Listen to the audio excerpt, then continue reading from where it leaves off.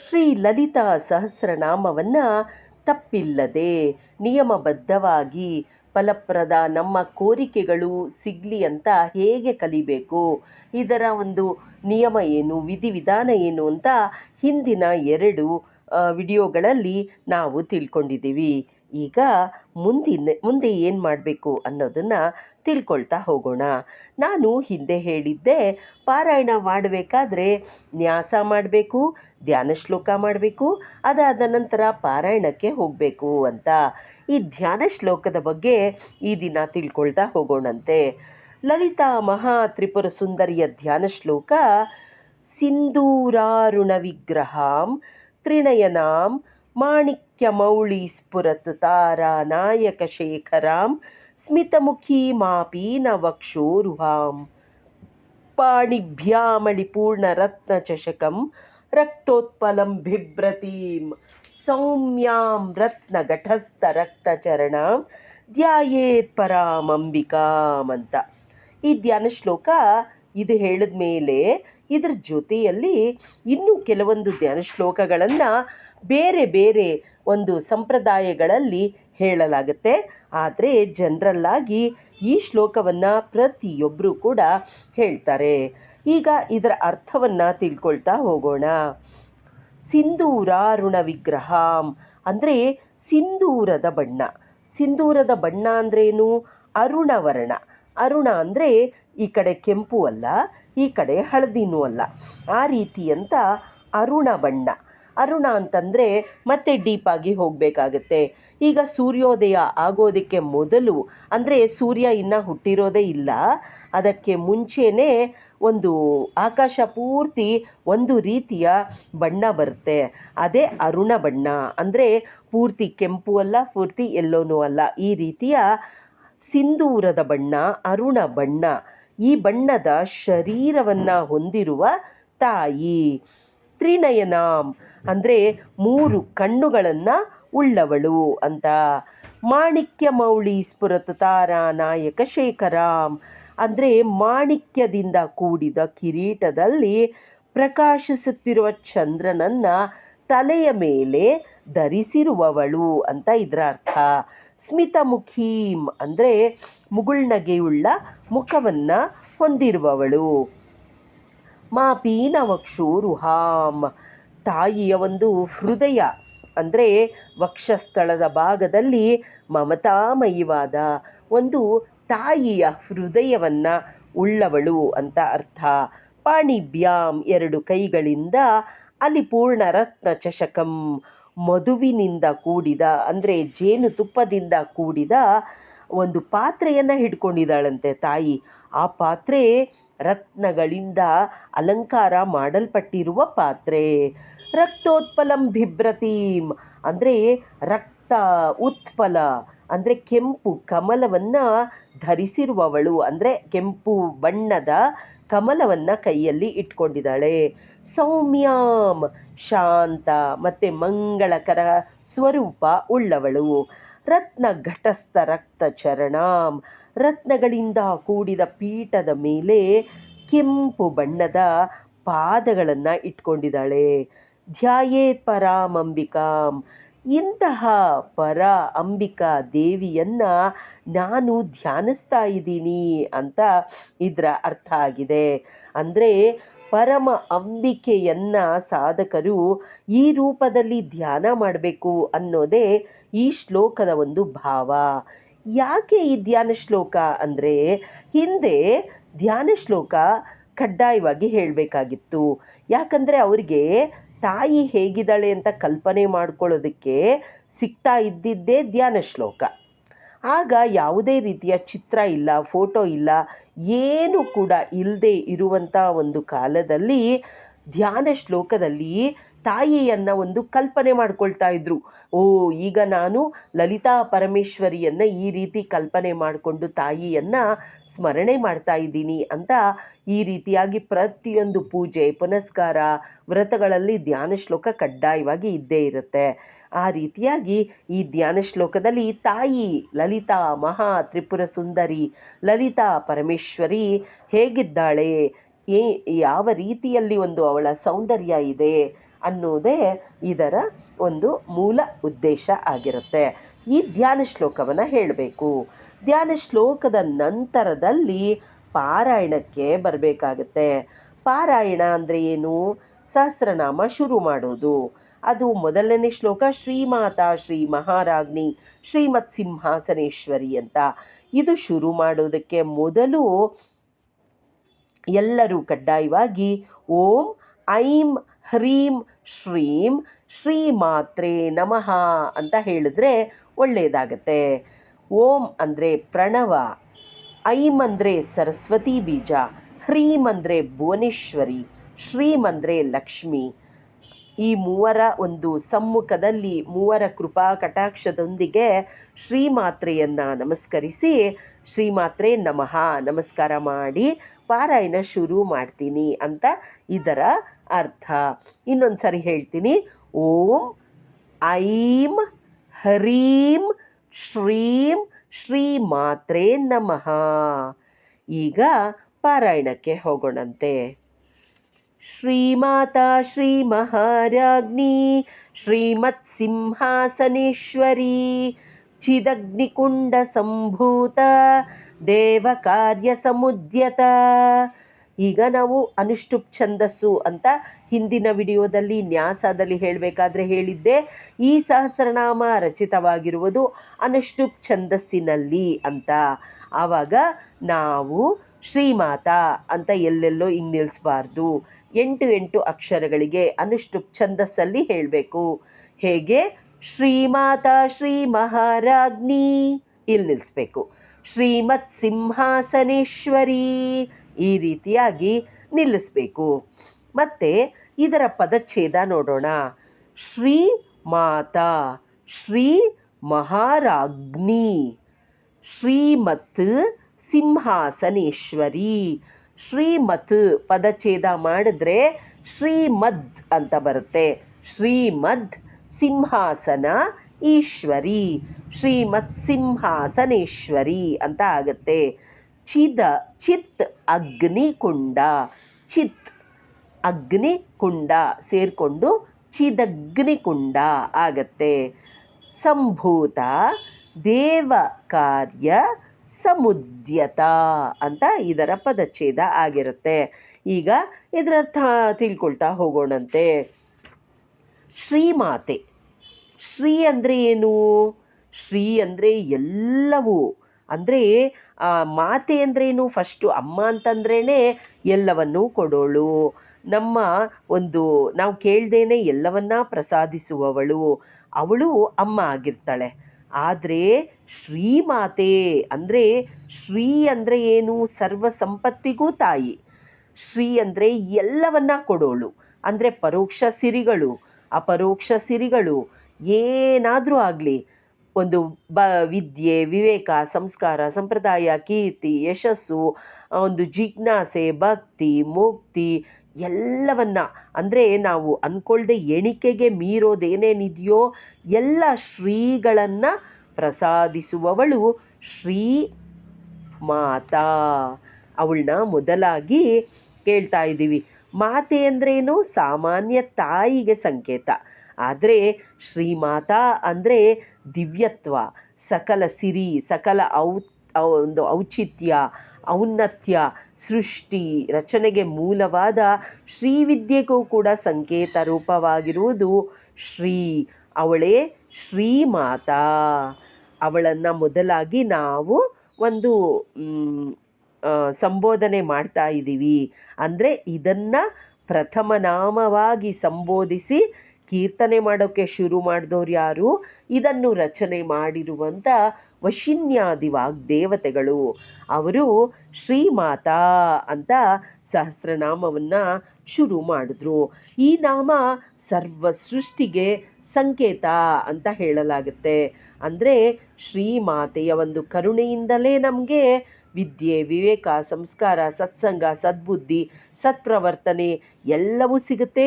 ನಮ್ಮ ಪೂರ್ವ ಜನ್ಮದ ಕರ್ಮಗಳು ನಿವಾರಣೆಯಾಗುತ್ತೆ.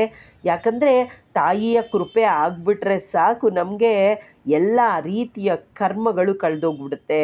ಅಂತಹ ಕರ್ಮವನ್ನು ಕಳೆಯುವವಳೇ ಶ್ರೀಮಾತೆ. ಒಂದೇ ನಾಮದಲ್ಲಿ ಈ ರೀತಿ ಒಂದು ಹೇಳ್ತಾ ಹೋದರೆ ಶತಕೋಟಿ ಅರ್ಥಗಳು ಸಿಗ್ತಾ ಹೋಗುತ್ತೆ. ಇಂತಹ ಒಂದು ಕೋಟಿ ಕೋಟಿ ಅರ್ಥವನ್ನು ಹೇಳುವಂಥ ಮೊಟ್ಟ ಮೊದಲ ನಾಮ ಶ್ರೀಮಾತಾ.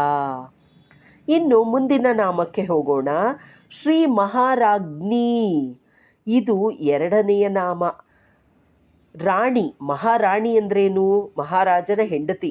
ಆಕೆಗೆ ಎಷ್ಟು ಪವರ್ ಇರುತ್ತೆ, ಎಷ್ಟು ಒಂದು ಮಾಡುವಂಥ ಇದಿರುತ್ತೆ. ಅಂಥದ್ರಲ್ಲಿ ತಾಯಿ ಮಹಾರಾಜ್ಞಿ, ಮಹಾಶಿವನ ಒಂದು ಪತ್ನಿ. ಇಂತಹ ಮಹಾರಾಜ್ಞಿಗೆ ಎಷ್ಟು ಪವರ್ ಇರುತ್ತೆ. ಒಂದು ಪಿಪೀಲಿಕಾದಿ ಬ್ರಹ್ಮದವರೆಗೂ ಪ್ರತಿ ಪ್ರಾಣಿ ಕೋಟಿ ಸಮೂಹಕ್ಕೂ ತಾಯಿ ಮಹಾರಾಜ್ಞಿ ಆಗಿರ್ತಾಳೆ. ರಾಜ್ಞಿ ಅನ್ನಿಸ್ಕೊಳ್ಳೋದು ವಿಶೇಷ ಅಂತಲ್ಲ, ಒಂದು ಪದವಿಯಲ್ಲಿರುವ ವ್ಯಕ್ತಿಯ ಪತ್ನಿ ರಾಜ್ಞಿ ಆಗ್ತಾಳೆ. ಆ ವ್ಯಕ್ತಿಯ ಪದವಿಯಿಂದ ಮಾನ ಸಮ್ಮಾನ ಆಕೆ ಪಡಿತಾ ಇರ್ತಾಳೆ.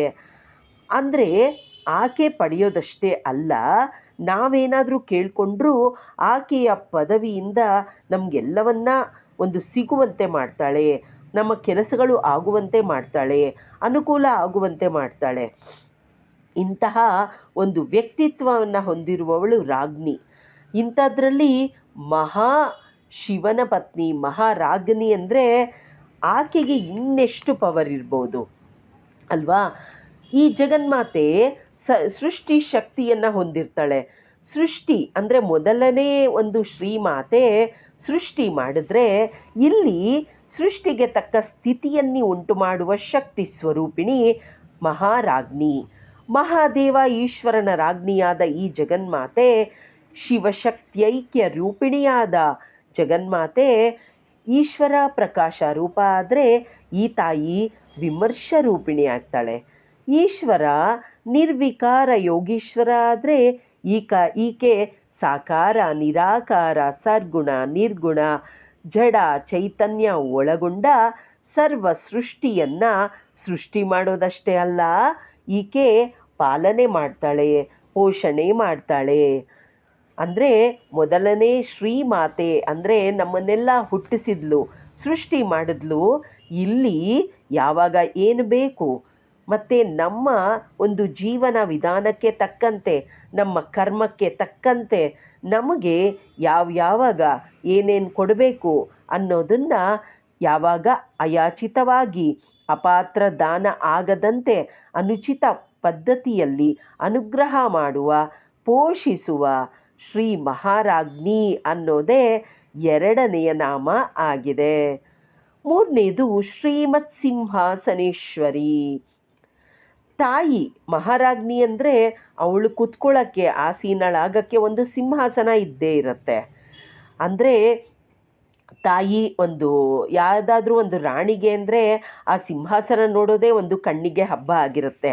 ಅಂಥದ್ರಲ್ಲಿ ತಾಯಿದು ಶ್ರೀಮದ್ ಸಿಂಹಾಸನೇಶ್ವರಿ. ಇದನ್ನು ಪದಚ್ಛೇದ ಶ್ರೀಮದ್ ಸಿಂಹಾಸನ ಈಶ್ವರಿ. ಈ ಜಗನ್ಮಾತೆಯ ಸಿಂಹಾಸನ ಪ್ರತ್ಯೇಕವಾದುದು. ಅಂದರೆ ಈ ಸಿಂಹಾಸನ ಹೇಗಿದೆ ಅಂದರೆ, ಮಹಾಮಾತೆ ಕುಳಿತಿರುವ ಸಿಂಹಾಸನಕ್ಕೆ 4 ಕಾಲುಗಳಿದೆ. ಆ ಕಾಲುಗಳು ಯಾರು? ಬ್ರಹ್ಮ ವಿಷ್ಣು ಇಂದ್ರ ರುದ್ರ. ಕೂತ್ಕೊಂಡಿರುವ ಒಂದು ಹಲಗೆ ಸಾಕ್ಷಾತ್ ಸದಾಶಿವನೇ ಹಲಗೆಯಾಗಿದ್ದಾನೆ. ಇಂತಹ ಮಹಾ ಅದ್ಭುತ ಸಿಂಹಾಸನವನ್ನು ಏರಿ ತಾಯಿ ಕೂತ್ಕೊಂಡಿದ್ದಾಳೆ. ಈ ತಾಯಿ ಇಂತಹ ಒಂದು ಅತ್ಯದ್ಭುತವಾದ ಮಹಿಮಾಯುಕ್ತವಾದ ಸಿಂಹಾಸನದ ಮೇಲೆ ಕೂತಿರುವವಳು ಶ್ರೀಮತ್ ಸಿಂಹಾಸನೇಶ್ವರಿ. ಇಂತಹ ತಾಯಿ ಸೃಷ್ಟಿ ಸ್ಥಿತಿ ಲಯಗಳಿಗೆ ಕಾರಣರಾದವ್ರು ಯಾರು? ಬ್ರಹ್ಮ ವಿಷ್ಣು ಮಹೇಶ್ವರ ಇಂದ್ರಾದಿ ದೇವತೆಗಳು. ಇವರೆಲ್ಲರೂ ಕೂಡ ಮಹಾಮಾತೆಯ ಸೃಷ್ಟಿ. ಇವರೆಲ್ಲರೂ ಕಾಲಗಳಿಗೆ ಕೆಲಸ ಮಾಡಬೇಕು ಅಂತ ತಾಯಿ ಕೂತ್ಕೊಂಡು ಯಾವಾಗಲೂ ಆಜ್ಞೆ ಮಾಡ್ತಾ ಇರ್ತಾಳೆ. ಸದಾಶಿವ ಅನ್ನುವ ಹಲಗೆ ಮೇಲೆ ಕೂತಿದ್ದಾಳೆ ಅಂದರೆ ತಾಯಿ ಸದಾಶಿವ. ಶಿವ ಅಂದರೆ ಏನು? ಮಂಗಳಕಾರಕ. ಸದಾಶಿವ ಅಂದರೆ ಯಾವಾಗಲೂ ಮಂಗಳಕಾರಕವಾಗಿರುವಂಥ ಒಂದು ಮಂಗಳ ರೂಪಿಣಿಯಾದ ತಾಯಿ ಅಂತಹ ಸದಾಶಿವ ಅನ್ನುವ ಹಲಗೆ ಮೇಲೆ ಕೂತಿದ್ದಾಳೆ ಅಂತ ಇದರ ಅರ್ಥ. ಇವ್ರು 5 ಜನ ಸೇರಿಕೊಂಡು ಪಂಚಬ್ರಹ್ಮರು ಅಂತ ಅನ್ನಿಸ್ಕೊಳ್ತಾರೆ. ಈ ಪಂಚಬ್ರಹ್ಮರ ಮೇಲೆ ಕೂತ್ಕೊಂಡಿರೋಳೆ ಪಂಚಬ್ರಹ್ಮ ಸ್ವರೂಪಿಣಿಯಾಗಿರ್ತಾಳೆ. ಈಕೆಯ ಸಿಂಹಾಸನ ಮಂತ್ರ ಸಿಂಹಾಸನ, ಯಂತ್ರ ಸಿಂಹಾಸನ, ತಂತ್ರ ಸಿಂಹಾಸನ. ಅಂತಹ ಮಂತ್ರಪೂರಿತವಾದ ಅಸಮಾನ ಶ್ರೀಚಕ್ರ ಸಿಂಹಾಸನನೇ ಶ್ರೀಮಾತೆಯ ಸಿಂಹಾಸನ ಆಗಿರುತ್ತೆ. ಇಂತಹ ಒಂದು 3 ನಾಮಗಳು ಶ್ರೀಮಾತೆ ಅಂದರೆ ಸೃಷ್ಟಿ, ಶ್ರೀ ಮಹಾರಾಜ್ಞಿ ಅಂದರೆ ಸ್ಥಿತಿ, ಶ್ರೀಮತ್ ಸಿಂಹಾಸನೇಶ್ವರಿ ಅಂದರೆ ಲಯಗಳ ಸ್ವರೂಪ ಭಾವವನ್ನು ವಶಿನ್ಯಾದಿ ವಾಗ್ದೇವತೆಗಳು ಈ 3 ನಾಮಗಳ ಮುಖಾಂತರ ಮೊದಲಿಗೆ ಶುರು ಮಾಡಿದ್ದಾರೆ. ಮತ್ತು ಚಿದಗ್ನಿಕುಂಡ ಸಂಭೂತ, ತಾಯಿಯೇ ಹುಟ್ಟಿದ್ದು ಅಂತ ಶುರು ಮಾಡಿದ್ದಾರೆ ವಶಿನ್ಯಾದಿ ವಾಗ್ದೇವತೆಗಳು. ಚಿದಗ್ನಿಕುಂಡದಲ್ಲಿ ಹುಟ್ಟಿದ್ಲು. ಚಿದಗ್ನಿಕುಂಡ ಅಂದರೆ ತಂತಾನೇ ಒಂದು ಹುಟ್ಟುವಂಥ ಕುಂಡ, ಯಾರು ಏನು ಅಗ್ನಿ ಹಾಕಿರುವಂಥದ್ದಲ್ಲ, ತಂತಾನೇ ಉದ್ಭವ ಆದ್ಲು. ಚಿದಗ್ನಿಕುಂಡ ಅನ್ನುವ ಒಂದು ಕುಂಡದಲ್ಲಿ 1 ಕೋಟಿ ಸೂರ್ಯರ ಪ್ರಕಾಶ ಉಳ್ಳಂಥ ಚಿದಗ್ನಿ ಅನ್ನುವ ಒಂದು ಅಗ್ನಿಯಲ್ಲಿ ತಾಯಿ ಆ ಬೆಳಕಿನಲ್ಲಿ ತಾನಾಗಿ ಉದ್ಭವವಾದಳು. ಯಾರೂ ಕೂಡ ತಾಯಿಯನ್ನು ಹುಟ್ಟಿಸಿಲ್ಲ, ತಾಯಿಯೇ ಚಿದಗ್ನಿಕುಂಡದಲ್ಲಿ ಹುಟ್ಟಿರುವವಳು. ಅದೇ ಚಿದಗ್ನಿಕುಂಡ ಸಂಭೂತ. ಅಂದರೆ ಈ ಚಿದಗ್ನಿ ನಮ್ಮ ಹೃದಯಗಳಲ್ಲಿ ಜ್ಞಾನಾಗ್ನಿಯಾಗಿ ಬೆಳಗ್ಬಿಟ್ರೆ ಸಾಕು, ತಾಯಿ ನಮ್ಮ ಹೃದಯದಲ್ಲಿ ಬಂದು ನೆಲೆಸ್ಬಿಡ್ತಾಳೆ ಅಂತ ಇದರ ಒಂದು ಇನ್ನರ್ ಮೀನಿಂಗ್ ಕೂಡ ತಗೋಬೋದು. ಆಮೇಲೆ ದೇವ ಕಾರ್ಯ ಸಮುದ್ಯತ ಅಂದರೆ ದೇವ ಕಾರ್ಯ ಸಮುದ್ಯತ. ಈ ಅಸುರರ ಶಕ್ತಿ, ದುಷ್ಟ ಶಕ್ತಿ ಎಲ್ಲ ಪ್ರಪಂಚವನ್ನು ಪೀಡಿಸ್ತಾ ಇರಬೇಕಾದ್ರೆ ದೇವತೆಗಳ ಶಕ್ತಿ ಅಲ್ಲಿ ಒಂದು ವರ್ಕ್ ಆಗ್ತಾ ಇಲ್ಲ. ಆಗ ದೇವತೆಗಳ ಕಾರ್ಯವನ್ನು ಒಂದು ಪೂರ್ಣ ಮಾಡೋದಕ್ಕೆ, ಅಂದರೆ ಭಕ್ತರ ಮಕ್ಕಳ ಆಕ್ರಂದನ ಕೇಳಿದ್ರೆ ಶ್ರೀಮಾತೆ ಒಂದು ಬಂದ್ಬಿಡ್ತಾಳೆ ಬೇಗ. ಈ ರೀತಿಯಾಗಿ ದೇವತೆಗಳ ಒಂದು ಕಾರ್ಯಕ್ಕೋಸ್ಕರ ಚಿದಗ್ನಿಕುಂಡದಲ್ಲಿ ಹುಟ್ಟಿ ತಾಯಿ ಆವಿರ್ಭಾವವಾಗಿ ಬಂದಿದ್ದಾಳೆ ಅಂತ ಅರ್ಥ. ಅಂದರೆ ತಾಯಿ ದೇವ ಕಾರ್ಯವನ್ನು ಮಾಡೋದಕ್ಕೋಸ್ಕರ ಇಲ್ಲಿ ಹುಟ್ಟಿದ್ಲು ಅಂತ ಮೊದಲನೇ ಶ್ಲೋಕದ ಅರ್ಥ ಆಗಿರುತ್ತೆ. ಇವಾಗ ಒಟ್ಟಾರೆಯಾಗಿ ಒಂದು ಅರ್ಥ ತಗೊಳ್ಳೋಣ. ಅಂದರೆ ಶ್ರೀ ಲಲಿತಾ ಸಹಸ್ರನಾಮದ ಮೊದಲನೇ ಶ್ಲೋಕ ಜಗನ್ಮಾತೆಯ ದಿವ್ಯ ಸ್ವರೂಪವನ್ನು ಪರಿಚಯ ಮಾಡುತ್ತೆ. ಶ್ರೀಮಾತಾ, ಶ್ರೀ ಮಹಾರಾಜ್ಞಿ, ಶ್ರೀಮತ್ ಸಿಂಹಾಸನೇಶ್ವರಿ ಅಂತ ಪ್ರಾರಂಭವಾಗುವ ಈ ಶ್ಲೋಕ ದೇವಿಯು ಸೃಷ್ಟಿಯ ಮೂಲ, ಬ್ರಹ್ಮಾಂಡದ ಆಡಳಿತ ಮಾಡೋಳು, ಸಕಲೈಶ್ವರ್ಯ ಅನುಗ್ರಹಿಸುವ ತಾಯಿ ಅಂತ ಹೇಳುತ್ತೆ. ಮತ್ತು ಇದರ ಒಂದು ಮಹತ್ವ ಎಲ್ಲ ಹೇಳೋಕ್ಕೋದ್ರೆ ಈ ಮೊದಲನೇ ಶ್ಲೋಕದ ಒಂದು ಗುಣಗಳು ಅಥವಾ ಏನಿದೆ ಅಂತ ಹೇಳಲಿಕ್ಕೆ ಹೋದರೆ, ಅಂದರೆ ಏನು ಅಂದರೆ ನಾವು ಇದರ ಫಲ ಏನು ಮಾಡ್ಬೋದು, ಫಲ ಏನು ಅಂತ ಹೇಳಲಿಕ್ಕೆ ಹೋದರೆ ತಾಯಿ ಸಮಸ್ತ ರಾಶಿ ಚಕ್ರದ ಅಧಿದೇವತೆ ಆಗಿದ್ದಾಳೆ. ಇದು ಆರಂಭ ಆಗುವ ಸೃಷ್ಟಿ ಕ್ರಮಕ್ಕೆ ಸಂಕೇತ ಆಗಿರುತ್ತೆ. ಆದ್ದರಿಂದ ಈ ಮೊದಲನೇ ಶ್ಲೋಕ ಅಂದರೆ ಶ್ರೀಮಾತಾ, ಶ್ರೀ ಮಹಾರಾಜ್ಞಿ, ಶ್ರೀಮತ್ ಸಿಂಹಾಸನೇಶ್ವರಿ, ಚಿದಗ್ನಿಕುಂಡ ಸಂಭೂತ, ದೇವ ಕಾರ್ಯ ಸಮುದ್ಯತ, ಈ ಮೊದಲನೇ ಶ್ಲೋಕವನ್ನು ಪಠನೆ ಮಾಡೋದ್ರಿಂದ ತಾಯಿಯ ರಕ್ಷಣೆ ಸಿಗುತ್ತೆ, ಆಶೀರ್ವಾದ ಸಿಗುತ್ತೆ, ಸಂಕಷ್ಟ ನಿವಾರಣೆ ಆಗುತ್ತೆ, ಜ್ಞಾನ ಸಿದ್ಧಿ ಆಗುತ್ತೆ, ಅಂದರೆ ಬುದ್ಧಿ ವಿಕಾಸ ಆಗುತ್ತೆ, ಆಧ್ಯಾತ್ಮಿಕ ಜ್ಞಾನ ಅಂದರೆ ಚಿತ್ತ ಶಕ್ತಿ ಜಾಗೃತಗೊಳ್ಳುತ್ತೆ, ಸಂಕಟ ನಿವಾರಣೆ ಆಗುತ್ತೆ. ದೇವ ಕಾರ್ಯ ಸಮುದ್ಯತ ಅಂತ ಒಂದು ನಾಮ ಹೇಳ್ಕೊಂಡ್ರೇ ಮನುಷ್ಯನ ಜೀವನದಲ್ಲಿ ಬರುವ ದೊಡ್ಡ ದೊಡ್ಡ ಕಷ್ಟಗಳು, ಶತ್ರು ಬಾಧೆಗಳು ನಿವಾರಣೆ ಆಗುತ್ತೆ. ನಿಯಮಿತವಾಗಿ ಈ ಒಂದು ಶ್ಲೋಕವನ್ನು ಹೇಳ್ತಾ ಹೋದರೆ ಒತ್ತಡ ನಿವಾರಣೆ ಆಗುತ್ತೆ, ಭಯ ಕೋಪ ನಿವಾರಣೆಯಾಗಿ ಆಂತರಿಕ ಶಾಂತಿ ಸಿಗುತ್ತೆ. ಈ ಶ್ಲೋಕಗಳ ಉಚ್ಚಾರಣೆಯಿಂದ ಉಂಟಾಗುವ ಧ್ವನಿ ಕಂಪನಗಳು ದೇಹದ ಶಕ್ತಿಯನ್ನು ಸಮತೋಲನಗೊಳಿಸುತ್ತೆ, ರೋಗ ನಿರೋಧಕ ಶಕ್ತಿಯನ್ನು ಹೆಚ್ಚಿ ಆರೋಗ್ಯ ವೃದ್ಧಿಯಾಗುತ್ತೆ. ಈ ಲಕ್ಷ್ಮೀ ಸರಸ್ವತಿ ದೇವಿಯರ ಅನುಗ್ರಹ ಸಿಗೋದ್ರಿಂದ ಸಕಲೈಶ್ವರ್ಯ ಪ್ರಾಪ್ತಿಯಾಗುತ್ತೆ, ಬುದ್ಧಿ ಸಿಗುತ್ತೆ, ಜ್ಞಾನ ಸಿಗುತ್ತೆ, ಧನ ಕನಕ ಸಮೃದ್ಧಿ ಸಿಗುತ್ತೆ. ಜಾತಕದಲ್ಲಿರುವ ಗ್ರಹ ದೋಷಗಳು ನಿವಾರಣೆ ಆಗುತ್ತೆ, ನಕಾರಾತ್ಮಕ ಶಕ್ತಿಗಳು, ಕೆಟ್ಟ ಕರ್ಮಗಳ ಪ್ರಭಾವ ಕಡಿಮೆ ಆಗುತ್ತೆ. ಈ ಚಿದಗ್ನಿ ಕುಂಡದಿಂದ ತಾಯಿ ಉದ್ಭವ ಆಗಿರೋದ್ರಿಂದ ನಮ್ಮ ಅಜ್ಞಾನ ದೂರ ಆಗಿ ಬುದ್ಧಿಶಕ್ತಿ ಜಾಸ್ತಿ ಆಗುತ್ತೆ, ಜ್ಞಾನ ವೃದ್ಧಿ ಆಗುತ್ತೆ. ಜೀವನದ ಪ್ರಮುಖ ಕಾರ್ಯಗಳಲ್ಲಿ ಜಯ ಸಿಗಬೇಕು, ಅಡೆತಡೆ ನಿವಾರಣೆ ಆಗಬೇಕು ಅಂದರೆ ಈ ಶ್ಲೋಕವನ್ನು ಪಠಿಸ್ಕೊಂಡು ಪ್ರಮುಖ ಕಾರ್ಯಕ್ಕೆ ಹೋದರೆ ಇಷ್ಟಾರ್ಥ ಸಿದ್ಧಿ ಆಗುತ್ತೆ. ನಾವು ಎಲ್ಲಾದರೂ ಪ್ರಯಾಣ ಮಾಡ್ತಾ ಇದ್ದರೆ ದುಷ್ಟಶಕ್ತಿಗಳಿಂದ ರಕ್ಷಾ ಕವಚವಾಗಿ ಈ ಶ್ಲೋಕ ಕೆಲಸ ಮಾಡುತ್ತೆ. ಇದು ಅತ್ಯಂತ ಶ್ರೇಷ್ಠವಾದ ಶ್ಲೋಕ. ಯಾಕಂದರೆ ತಾಯಿ ಸಕಲ ಚರಾಚರ ವಸ್ತುಗಳಲ್ಲಿ ಇದ್ದಾಳೆ ಅನ್ನೋದು ಈ ಶ್ಲೋಕ ತಿಳಿಸತ್ತೆ. ಮತ್ತು ಭಕ್ತಿಯಿಂದ ಈ ಒಂದು ಶ್ಲೋಕ ಪಠಿಸ್ಬಿಟ್ರೆ ಸಾಕು, ದೇವಿಯ ಸಂಪೂರ್ಣ ಅನುಗ್ರಹ ಸಿಗತ್ತೆ. ಇಲ್ಲಿ ನಾವು ಪಠಿಸ್ಬೇಕಾದ್ರೆ ದೇವಿಯ ಒಂದು ಸ್ವರೂಪವನ್ನು ನಾವು ವಿಜುವಲೈಸೇಷನ್ ಮಾಡಿಕೊಂಡ್ರೆ ಆವಾಗಲೂ ಕೂಡ ತುಂಬ ಒಳ್ಳೆಯದಾಗತ್ತೆ. ದೇವಿ ಕೋಟಿ ಸೂರ್ಯರ ಪ್ರಕಾಶದೊಂದಿಗೆ ಯಜ್ಞ ಕುಂಡದಿಂದ ಎದ್ದು ಬರ್ತಾ ಇದ್ದಾಳೆ ಅಂತ ಮನಸ್ಸಲ್ಲಿ ಧ್ಯಾನ ಮಾಡಿದ್ರೆ ಒಳ್ಳೆಯದು. ಮತ್ತು ಇನ್ನೂ ನಾವು ಪೂಜೆ ಮಾಡಬೇಕು ಅಂದರೆ ಕೆಂಪು ಕುಂಕುಮದಿಂದ ಅರ್ಚನೆ, ಕೆಂಪು ಅಕ್ಷತೆಯಿಂದ ಪೂಜೆ ಮಾಡಿದ್ರೆ ವಿಶೇಷ ಫಲ ಸಿಗತ್ತೆ. ಮತ್ತು ಈ ಒಂದು ಶ್ಲೋಕದಲ್ಲಿ ಬ್ರಹ್ಮಾಂಡದ ಸೃಷ್ಟಿ, ಸ್ಥಿತಿ, ಲಯ, ರಹಸ್ಯ, ತಂತ್ರ, ಗೂಢಾರ್ಥ ಎಲ್ಲವೂ ಕೂಡ ಅಡಗಿದೆ. ಇದರಲ್ಲಿ ಶ್ರೀ ಅನ್ನುವ ಬೀಜಾಕ್ಷರ ಇದೆ. ಅಂದರೆ ಶ್ರೀ ಅನ್ನೋದು ಮಂಗಳಕರ ಬೀಜಾಕ್ಷರ. ಈ ಬೀಜಾಕ್ಷರದಿಂದಲೇ ಸಹಸ್ರನಾಮ ಪ್ರಾರಂಭ ಆಗೋದು. ಆದ್ದರಿಂದ ತಾಯಿ ಈ ನಾಮವನ್ನು ಪಠಿಸ್ಬಿಟ್ರೆ ತಾಯಿಯ ವಾತ್ಸಲ್ಯ ಭಕ್ತರಿಗೆ ತಕ್ಷಣ ಸಿಕ್ಬಿಡುತ್ತೆ.